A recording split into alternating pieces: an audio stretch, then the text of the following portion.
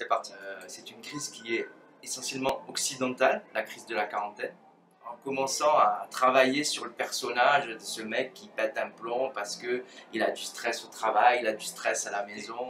En fait, c'était l'arbre qui cachait la forêt et que c'était vraiment une crise à prendre au sérieux.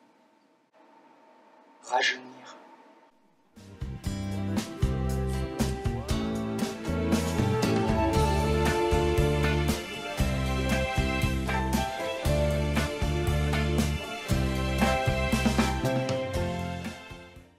Aperçu qu'on était en train de faire un spectacle sur la crise, pas que sur la crise de la quarantaine, mais sur la crise à proprement parler, une crise sociétale.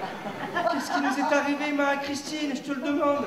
Pourtant, on a fait tout comme on nous a dit. On a pris un crédit pour une maison sur 25 ans. Ouais, dans 25 ans, vous allez être propriétaire si vous êtes toujours vivant.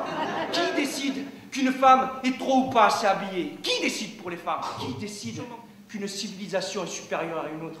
Qui décide de la politique d'un pays? Qui a décidé un jour que les écrans, les switches, les jeux sur tablette pour enfants allaient renforcer les liens familiaux et épanouir nos enfants? Qui décide pour nos enfants? En tout cas pas les parents. Il y a quelques années, on disait qu'à 40 ans, on profitait du bien-être qu'on s'était fabriqué entre 20 et 40 ans.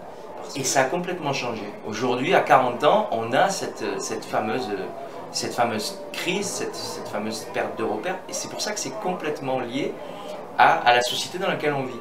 Et alors nous, bien sûr, on fait une grosse chatouille avec ça, mais c'est un sujet, je pense, sérieux. C'est pas vrai? Pourquoi tu dis rien, Marie-Christine? Moi, j'évacue.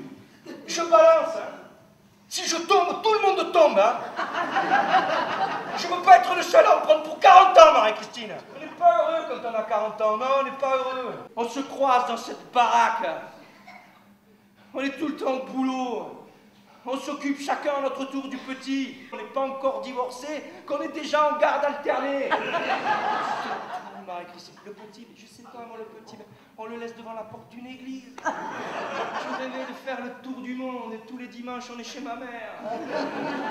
On était sexe, drug and rock'n'roll. Maintenant on est McDo, Fairvex et Gulli. Get up, stand up.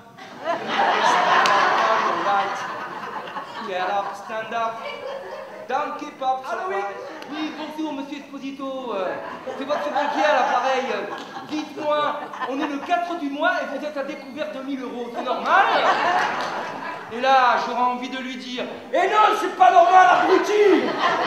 Mais je suis pauvre! Ah! Bonheur à 40 ans, je reviens à la question. La première chose, prendre soin de la vie. Comme on prend soin d'un enfant, prendre soin de la vie. Je crois qu'à 40 ans, le bonheur, c'est ça.